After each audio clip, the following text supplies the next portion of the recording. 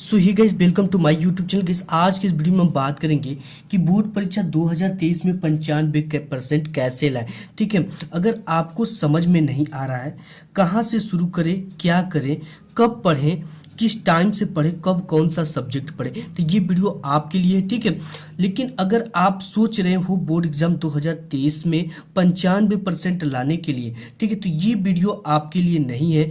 अगर आपके अंदर जिद है, जुनून है, तब ये वीडियो आपके लिए है। ठीक है, तो ये चीज़ें आपको नहीं आ रही है, समझ में नहीं आ रहा है कहाँ से शुरू करें, क्या करें, कब पढ़ें, किस टाइम पढ़ें, कब कौन सा सब्जेक्ट पढ़ें। ठीक है, तो खासा ये वीडियो आपके लिए बनाया गया है।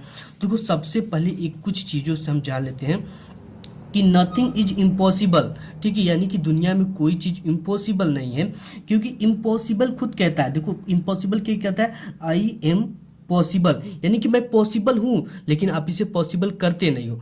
ठीक है, आप अपने अंदर की ताकत को पहचानो, आप अपने अंदर की ज्वाला को जगाओ। आप कर सकते हो, लेकिन आपने अभी तक शुरू ही नहीं किया।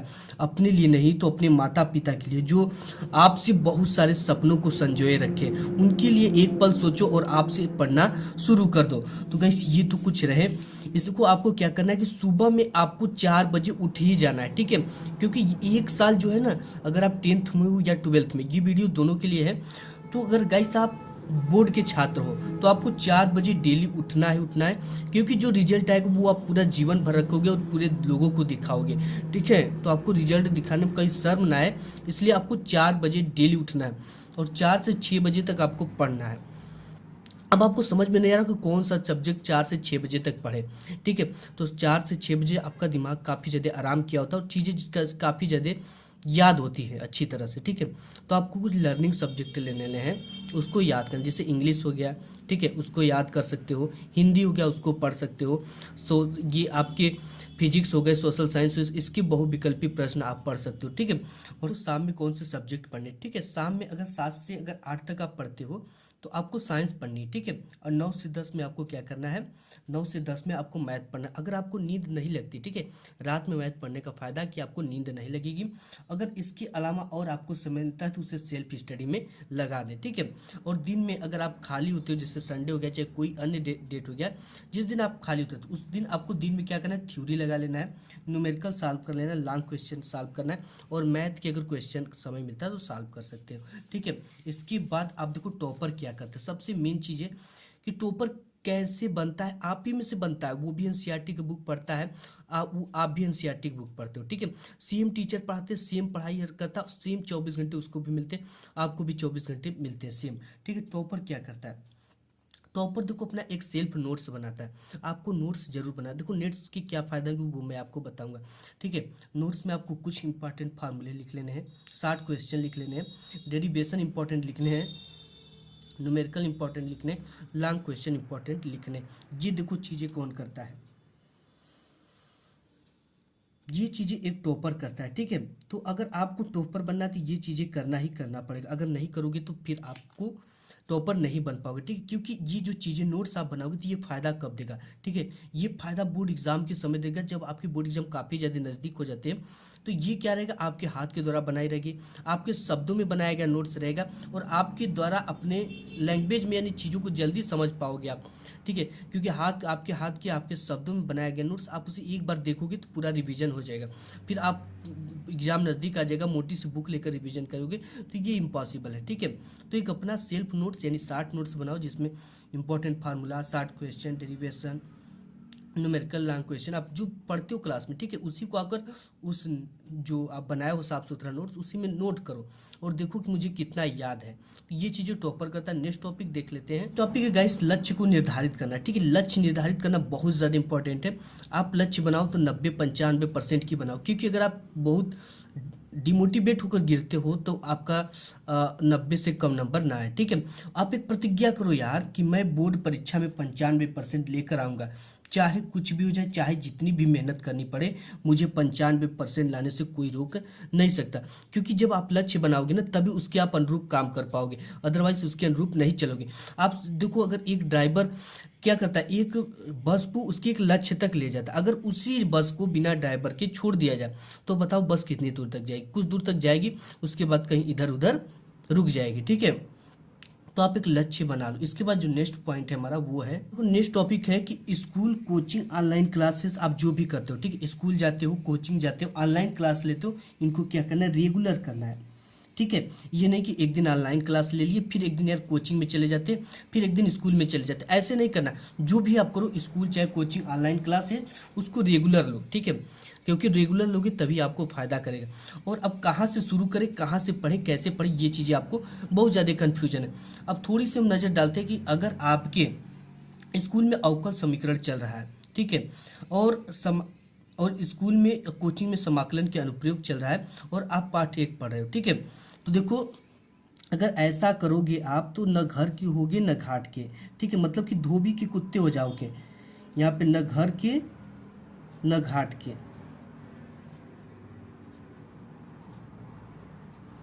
तो आपको देखो करना क्या है, जो अवकल समीकरण आपके स्कूल में चला है चाहे कोचिंग में चला है, मान लो कोचिंग में अवकल समीकरण चला है, ठीक है, तो इसको भी आपको पढ़ना है और समाकलन के अनुप्रयोग इसको भी पढ़ना है।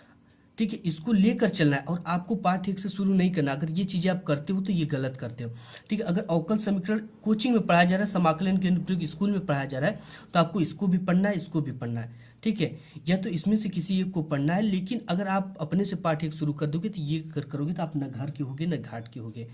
इसके बाद जो नेक्स्ट पॉइंट है वो क्या है, आपकी ये कोशिश होनी चाहिए बोर्ड एग्जाम में से पहले, ठीक है, कि लिख लिख कर याद करने की कोशिश करना।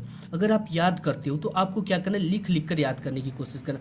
ये इसलिए करना, मैं इसको इम्पोर्टेंट फायदा बताता हूँ। ठीक है, आपकी ये कोशिश होनी चाहिए कि जो भी आप याद करें, लिख लिख कर याद करें। अब इससे फ़ायदा क्या होगा कि जो चीज़ें होगी आपको लंबे समय तक याद रहेगी, आपकी हैंड राइटिंग सुधर जाएगी, जो कि बोर्ड एग्जाम में प्लस पॉइंट है। ठीक है, और प्लस पॉइंट है, और आपको अच्छा भी नंबर भी मिलेगा और देखने में अच्छा लगेगा। और इसके साथ जो नेक्स्ट पॉइंट है वो क्या है, मॉडल पेपर। ठीक है, आपको क्या करना, मॉडल पेपर जरूर प्रीवियस ईयर के तैयार करना, इसलिए कि ऐसा कोई मॉडल पेपर नहीं जिसमें से ये क्वेश्चन हर साल ना मिलता।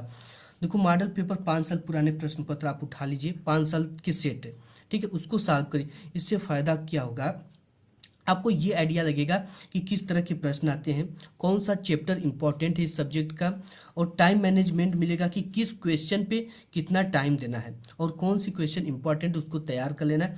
और ये जब चीज़ें कर लेते हो आप ना, तो आपके अंदर की जो डर वो खत्म हो जाएगा। और साथ ही साथ अगर ऐसा करते हो आप तो लिखावट भी आपकी अच्छी याद रहेगी। ठीक है, आपकी लिखावट भी अच्छा हो जाएगा और चीज़ें लंबे समय तक याद भी रहेगी, अगर लिख लिख कर आप याद कर। ये साइंस भी कहती है कि अगर लिखोगे चीज़ों को पढ़े हुए तो वो जल्दी लंबे समय तक याद रहती है। ठीक है, अगर देखो याद किया हुआ चीज़ें आप भूल सकते हो, लेकिन लिखा हुआ चीज़ जरूर कुछ ना कुछ कीवर्ड आपको बोर्ड एग्जाम में जब दिमाग पे प्रेशर पड़ेगा तो याद आ जाता है। तो ये चीज़ें आपको करनी। इसके बाद नेक्स्ट टॉपिक और इम्पोर्टेंट टॉपिक है, आपको सिलेबस के अनुसार ही पढ़ना है। एनसीईआरटी के सिलेबस को ही पढ़ना है, क्योंकि मैंने 2-3 साल के एनसीईआरटी के पेपर देखे कि जो कि बिल्कुल एनसीईआरटी के बुक्स और पढ़ाए हुए चीज़ें आ रही हैं। ठीक है, तो आपके एनसीईआरटी के अलावा कोई भी सब्जेक्ट नहीं पढ़ना है, और साथ ही साथ आपको सभी सब्जेक्ट को समान समय देना है। ठीक है, अगर आपकी चाहे फिजिक्स हो गई, ठीक है, फिजिक्स हो गया, केमिस्ट्री हो गया, मैथ हो गया, बायोलॉजी हो गया, हिंदी हो गया, इंग्लिश हो गया, ठीक है, एक चीज़ इसमें ध्यान दे दो आप। देखो ये है आपकी पूरी विषय। ठीक है, अगर आपने मैथ में कितना ला दिया, यहाँ पे सपोज आपने मैथ में ला दिया 95%, ठीक है, 95 मार्क्स ला दिया, और आपने हिंदी में कितना ला दिया, हिंदी में आपके आ गए नंबर 65 नंबर, तो आप बताओ आपके रिजल्ट अच्छे होंगे?